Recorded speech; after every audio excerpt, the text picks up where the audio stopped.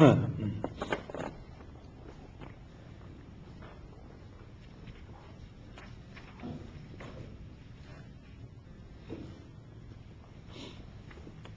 next speaker, Pastore.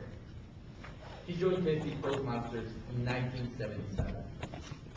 He received DTM designation in 1982. He has been the area governor twice. Graduated of the University of Connecticut. Has been a realtor since 1977. Enjoys sports, reading, and love bad meals. Cottage cheese, fruits, and vegetables. Please help me welcome Pastore, Mother of the Heart. Mother of the Heart, Pastore!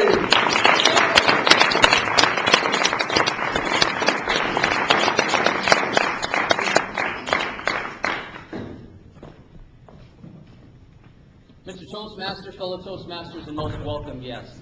Oh, doesn't it just feel great to stretch sometimes? You know, there are certain people in this club that need to get out of their comfort zone, and I'm one of them. And I'd like to try to do that this morning by stretching a little bit. You know, I've known members of this Toastmaster Club like Tracy Beginski. Who knows Tracy Beginski?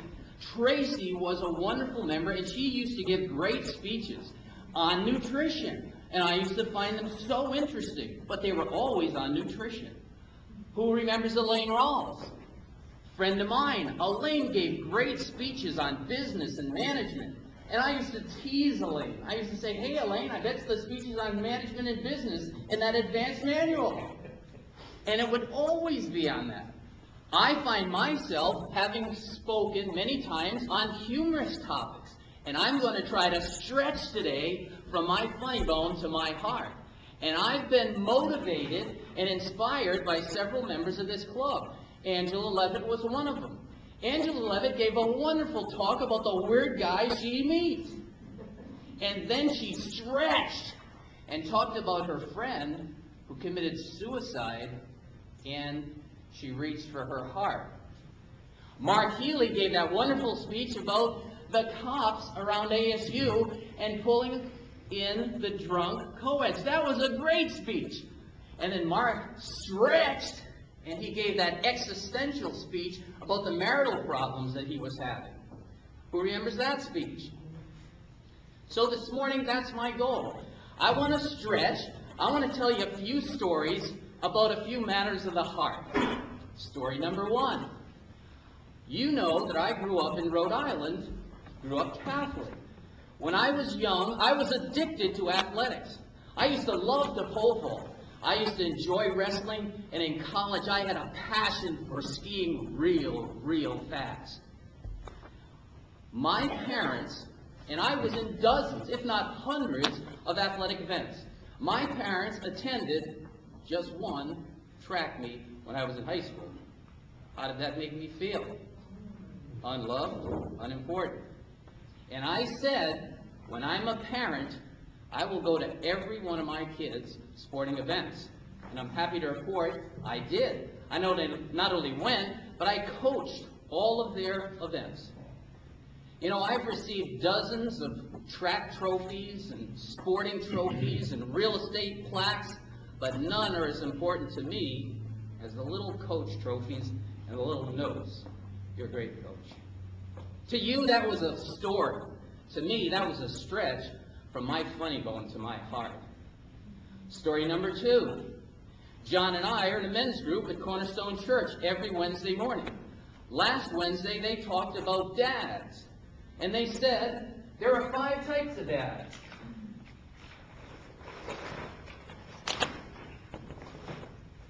There are demanding dads, distant dads, absent dads, present and visionless dads, and present and strategic dads. The question was, what type of dad did you have? And what type of father are you? I said my dad was distant. He was absent. And when he was present, he was visionless. And of course, I admitted to my men's group that I was a present but strategic dad. Later that day, I got an idea. I said, it doesn't matter what I think. Let's see what my daughter Brianna thinks.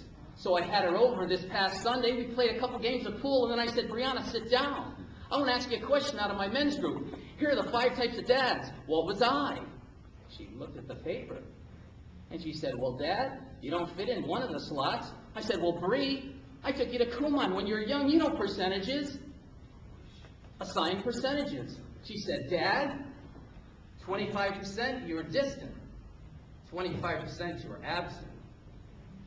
And 50%, when you were there, you were vigilant. So, oh, have you ever taken a javelin to your heart? She said, you know, we really appreciated you coaching all our games, but on the way to the soccer field, you're on the phone. When we left the soccer field, we always stopped to get Slurpees, but you're still on the phone.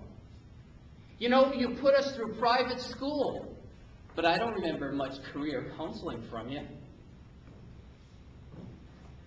To you, that's a story. To me, that's a stretch from the funny bone to the heart. Story number 3. This is the big stretch for me. I was at the district conference in Prescott. I went to lunch with several people in this room. They asked, how's Nancy? I said, she's great, she just couldn't make it today. That's a lie. Nancy and I have been separated for 4 months. I know what some of you are thinking. You're thinking, wow, you've been married for 33 years. Yeah, but that's cumulative.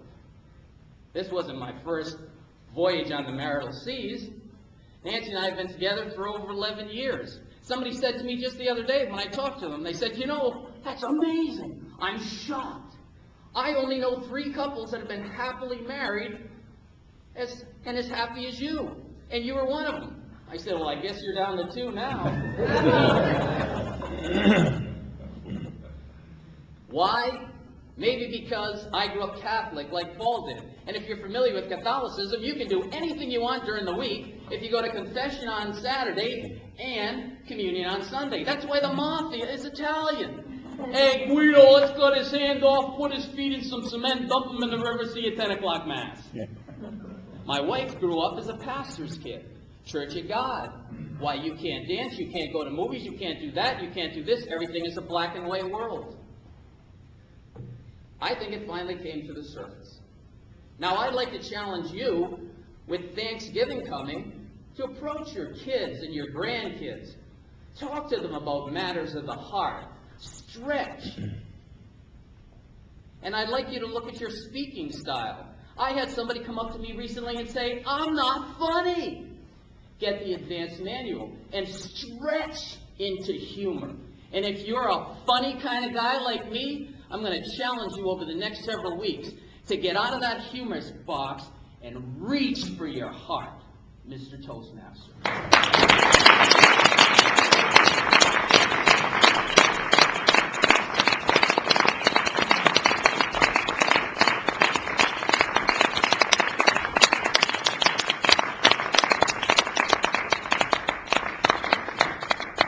We're going to take 60 seconds to evaluate Paul's speech.